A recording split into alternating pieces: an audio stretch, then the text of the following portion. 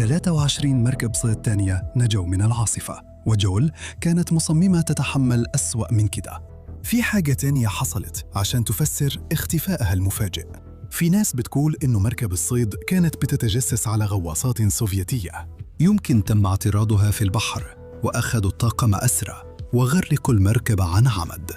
وفي ناس تانية بتتخيل مشاهد أظلم، زي سفينة حربية سوفيتية بتضرب نار، أو لغم بحري بيفجر جسم المركب في لحظة.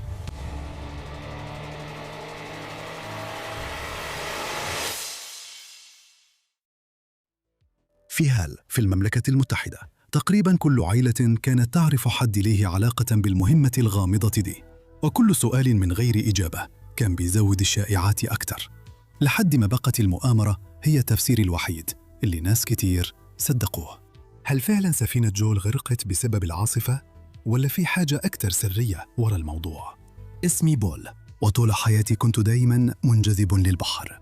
في الأول كنت مدرب غطس وقائد يخوت، ودلوقتي بقيت راوي بحاول أجمع أسرار المحيط. فقدان سفينة الصيد جول مش مجرد كارثة في البحر. في الحلقة دي أنا عايز أكشف إيه اللي حصل فعلاً لسفينة الصيد جول، وليه اختفائها ساب أسئلة لسه من غير إجابة لحد النهاردة.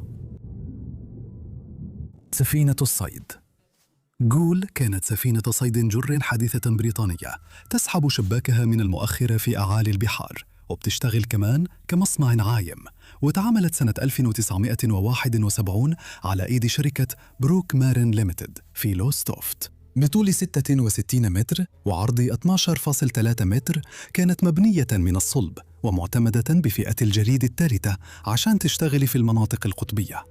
موتور بقوة 1939 كيلووات كان بيشغل مروحة واحدة جوه فوهة قابلة للتوجيه، وده كان بيديها قدرة أكثر على المناورة في البحار الصعبة. السفينة دي كان اسمها في الأول رينجر كاستر، وكانت مسجلة في نورث شيلدز برقم SN 18، وبعد كده اشترتها شركة بريتش يونايتد تراولرز سنة 1973، وغيروا اسمها لجول H243، وبدأت تشتغل من ميناء هال. ومن هناك انضمت للأسطول اللي كان بيشتغل في المية المتجمدة والقاسية في المحيط القطبي الشمالي. في وقتها كانت جول تعتبر من أحدث وأفضل السفن، كانت مجهزة بأحدث المعدات للصيد ومعالجة وتجميد وتخزين السمك، وبها مخازن مبردة تقدر تشيل كميات ضخمة من الصيد المعالج.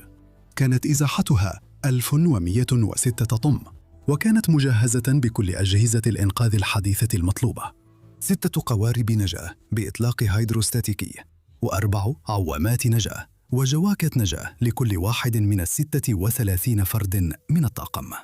وهنا يبدأ اهتمامي. على الورق كانت جول واحدة من أكثر سفن الصيد الآلية أماناً وتقدماً في البحر، ومع ذلك في فبراير سنة 1974 اختفت من غير حتى إشارة استغاثة.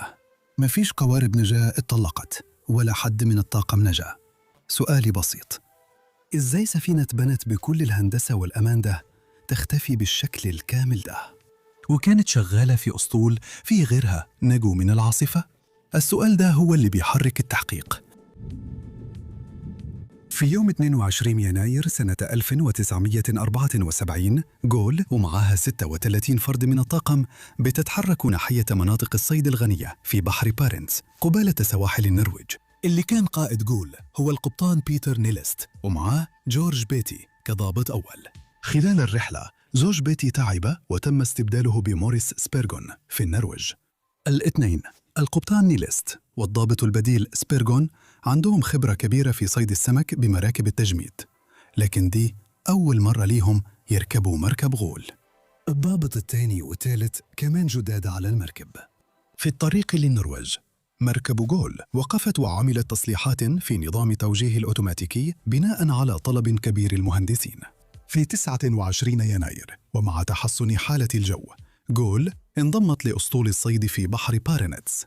بعد 6 أيام من الصيد غول أتلفت شباك الجر بتاعها واستبدلتها بواحدة احتياطية. مع أن الجو بقى أسوأ، الصيد استمر من غير توقف.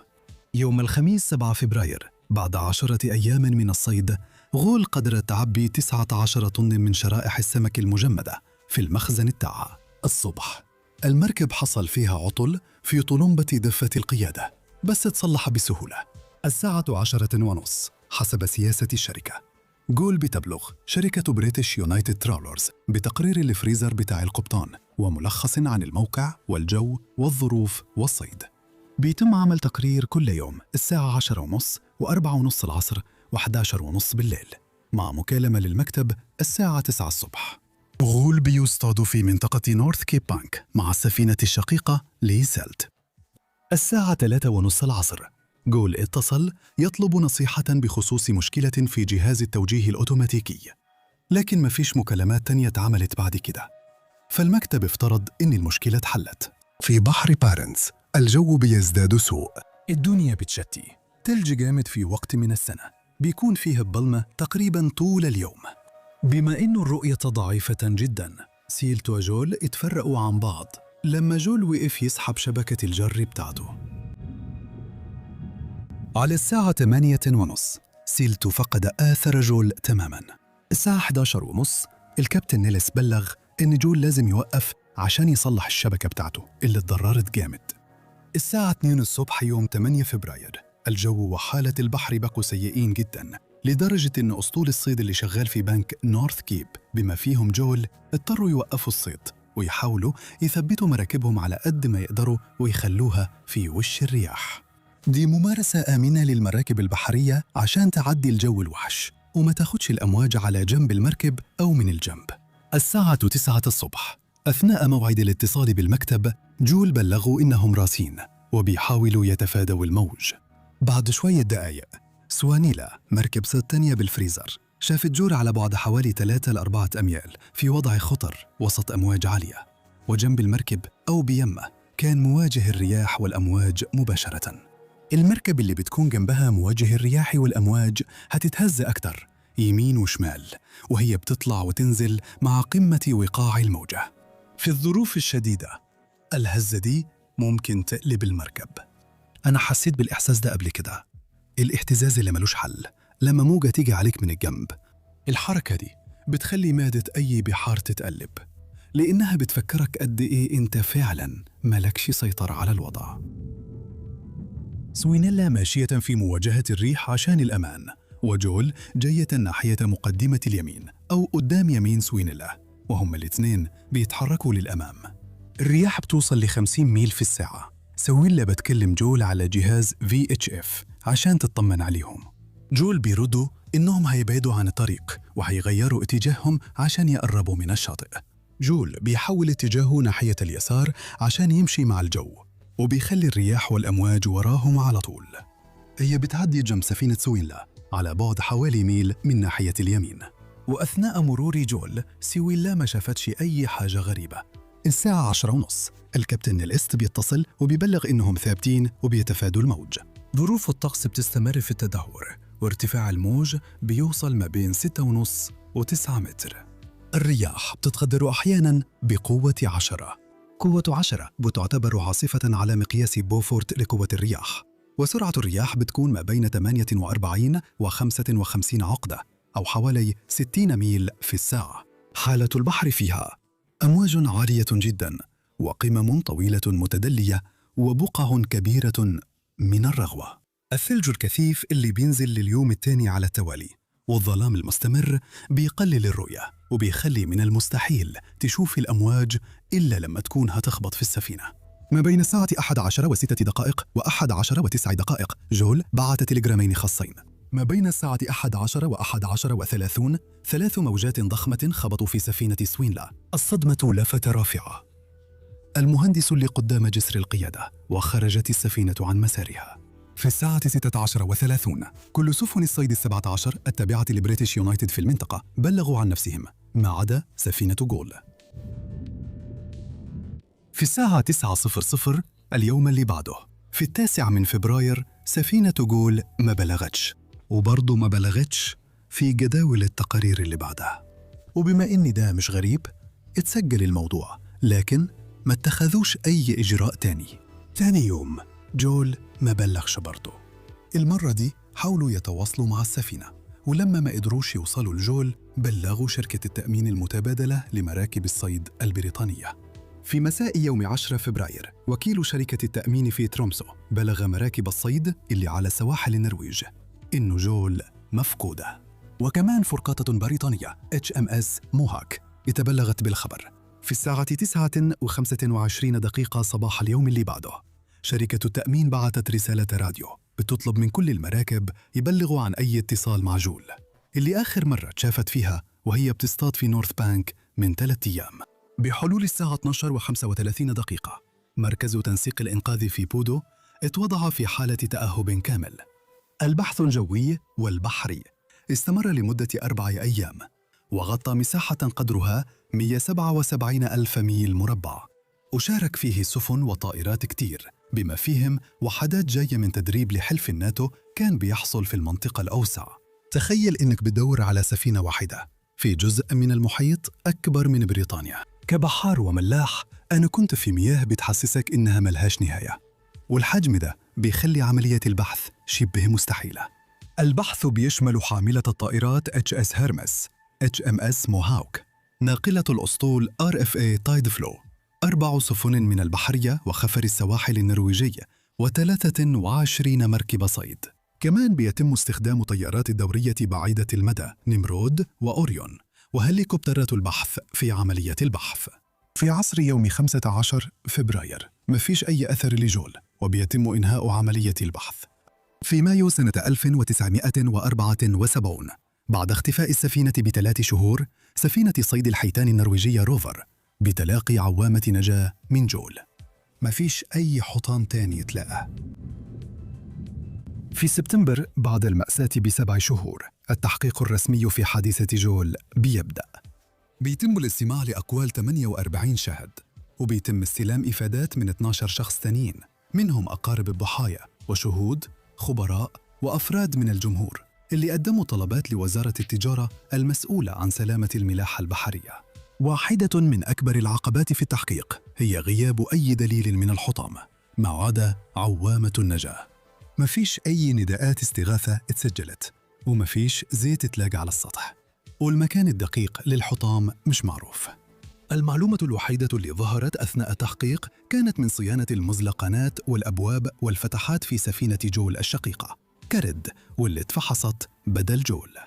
من غير حطام نحلله وما فيش أي أفراد طاقم باقيين أو شهود يبقى من المستحيل نوصل لاستنتاجات مؤكدة عن سبب غرق جول. في أكتوبر سنة 1974 التحقيق الرسمي خلص إن السبب الأكثر احتمالاً لفقدان جول هو إنها تعرضت لضربات جانبية من موجات ضخمة ورا بعض.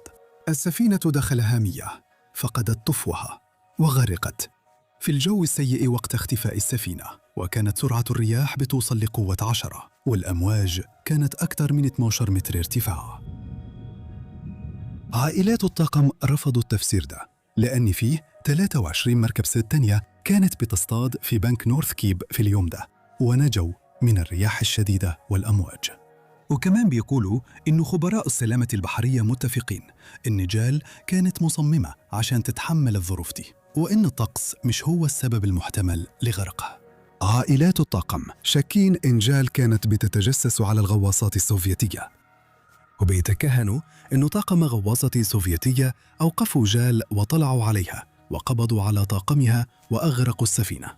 العائلات بتتساءل إذا كان أحبابهم لسه عايشين ومحبوسين في السجن.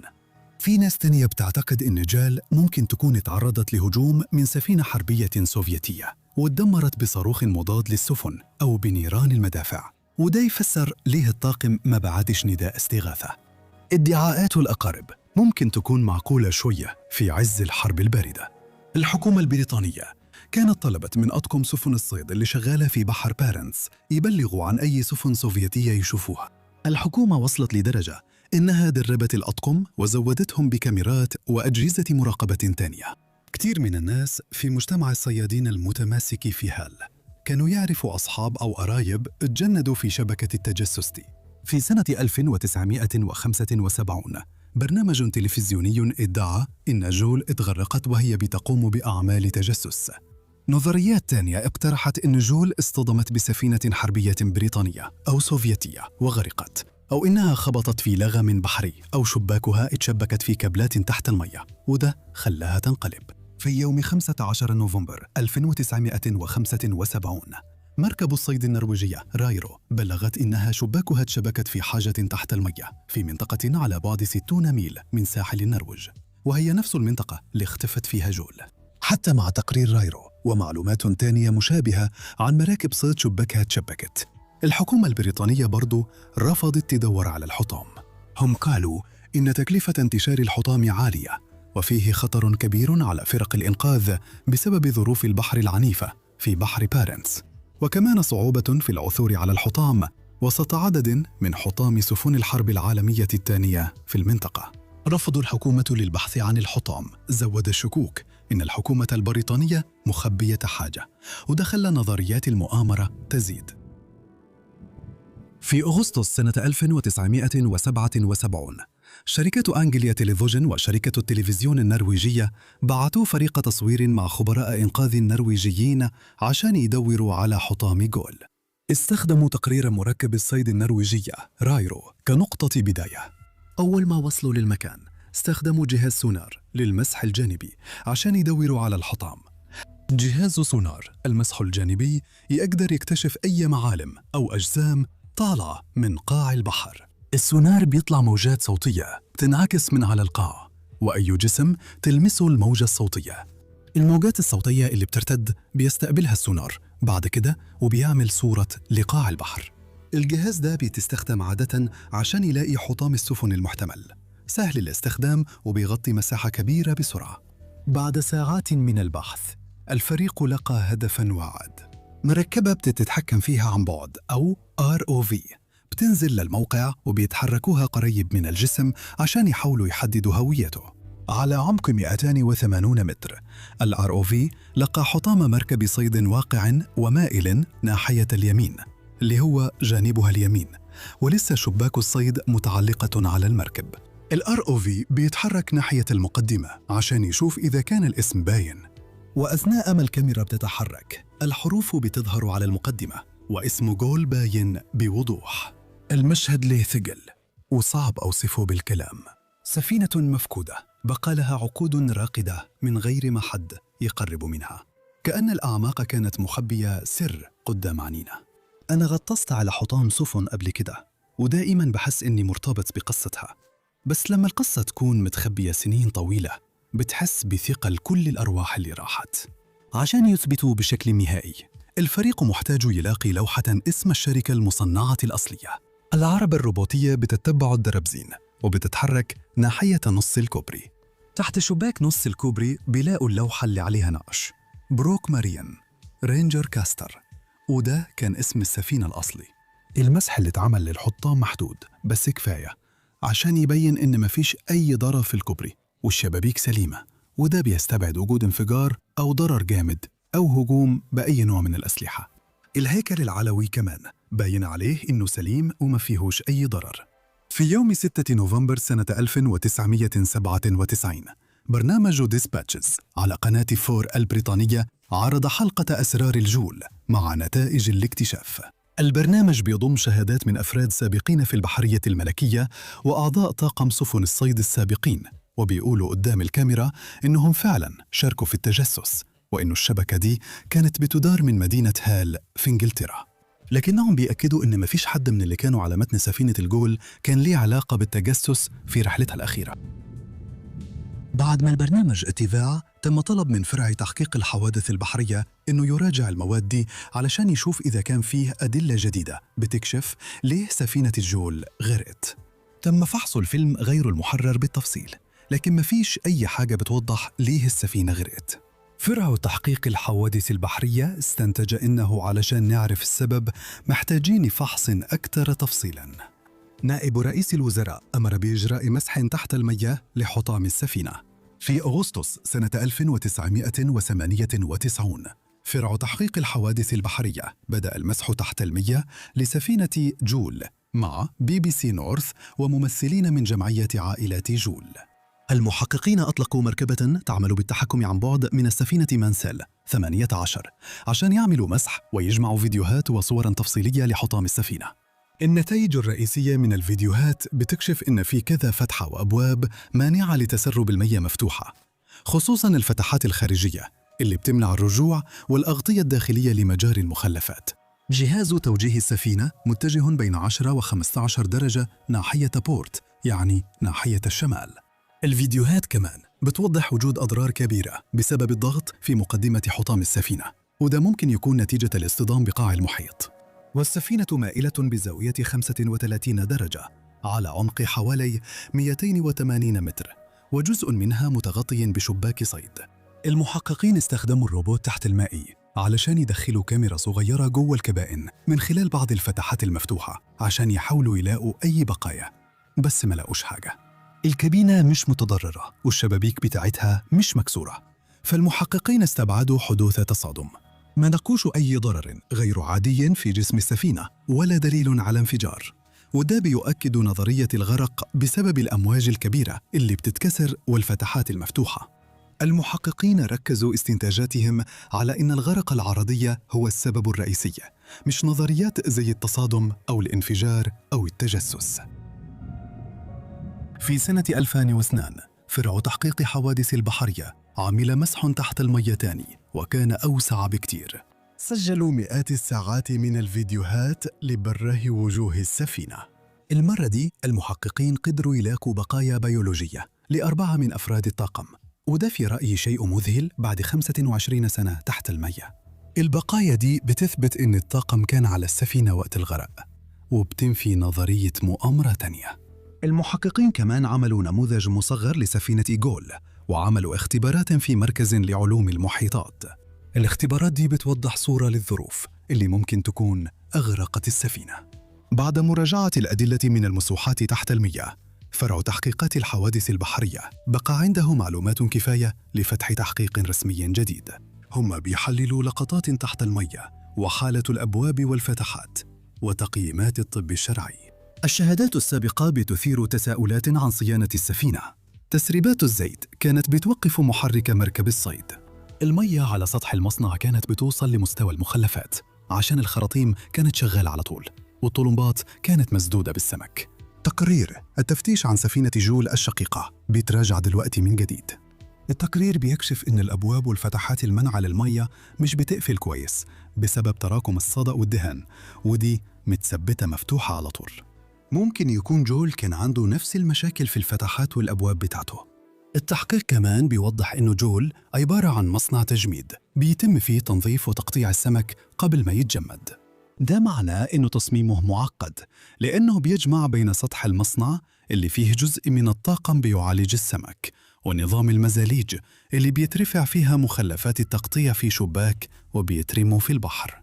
القبطان الجديد لجول كان عنده خبرة في الشغل على مراكب صيد شبه جول في الحجم، لكن في السفن اللي اشتغل عليها قبل كده كانوا بس بيصطادوا السمك ويجمدوه من غير أي تقطيع أو معالجة على المركب.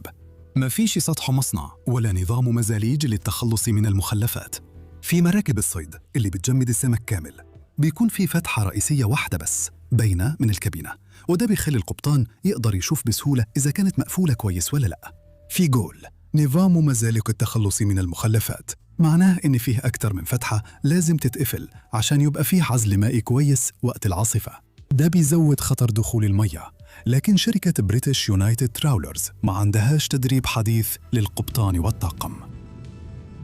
في يوم 17 ديسمبر 2004 التحقيق الرسمي اللي اتفتح من جديد خلص إنه مزالق التخلص من المخلفات اللي على سطح مركب الجر كانت مفتوحة، وده سمح لمياه البحر تدخل المصنع، ومساحة المعالجة بكمية ممكن توصل ل100 طن. وأثناء محاولة ضابط النوبة على سفينة جول يعمل مناورة طارئة عشان يلفوا ناحية البحر أو يواجهوا الأمواج بشكل مباشر، مية الفيضان اندفعت ناحية الجانب اليمين أو الأيمن من السفينة، وده أدى لفقدان الاستقرار بشكل كارثي. سفينة جول انقلبت وغرقت من ناحية المؤخرة. الأول، الطاقم ما كانش عنده وقت يبعث نداء استغاثة. التفصيلة دي بتطاردني. مفيش وقت لنداء طوارئ، بس صمت البحر وهو بيبتلع كل حاجة. فكرة المفاجأة دي بتوجع جامد. النظرية دي بتتأكد من تجارب النماذج المصغرة اللي بتوضح إزاي المية ممكن تخلي السفينة تفقد توازنها وما تعرفش ترجع تاني. التقرير كمان بيرفض فكرة إن جاول كان ليه علاقة بالتجسس أو حصل له تصادم، ومفيش أي دليل تلاقى إن جاول كان بيصطاد وقت ما غرق، وده معناه إن الشبكة ما تعلقتش في حاجة. خسارة جاول لسه سايبة أسئلة كتير. العاصفة كانت عنيفة بس سفن تانية عدت منها. في الحطام المحققين لقوا أبواباً ومزالق مفتوحة كان ممكن تخلي كميات ضخمة من المية تغرق سطح المصنع في دقائق. الوزن المفاجئ ده كان هيخلي السفينة تميل على جنبها وتتقلب قبل ما الطاقم يلحق يتصرف. هي مش سبب واحد، لكن ده أفضل تصور عندنا. إخفاقات صغيرة اتجمعت مع بعض وتحولت لكارثة، والمحيط هو اللي شايل السر ده. قصة جول زي قصص كتير في البحر. الكوارث نادراً ما تحصل بسبب واحد بس، غالباً بتكون سلسلة من الإخفاقات الصغيرة، النوع اللي شفته في تقارير حوادث كتير. صمان، مسمار، إنذار، كل واحد فيهم لوحده مش مهم لحد ما البحر يكبر المشكلة ويحولها لكارثة.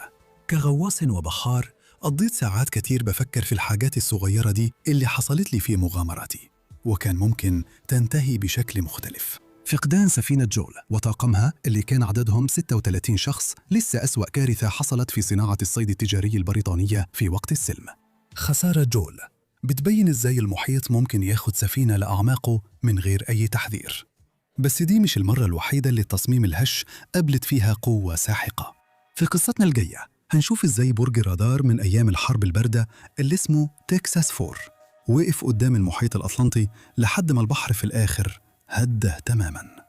تابع معنا الفيديو اللي جاي دلوقتي.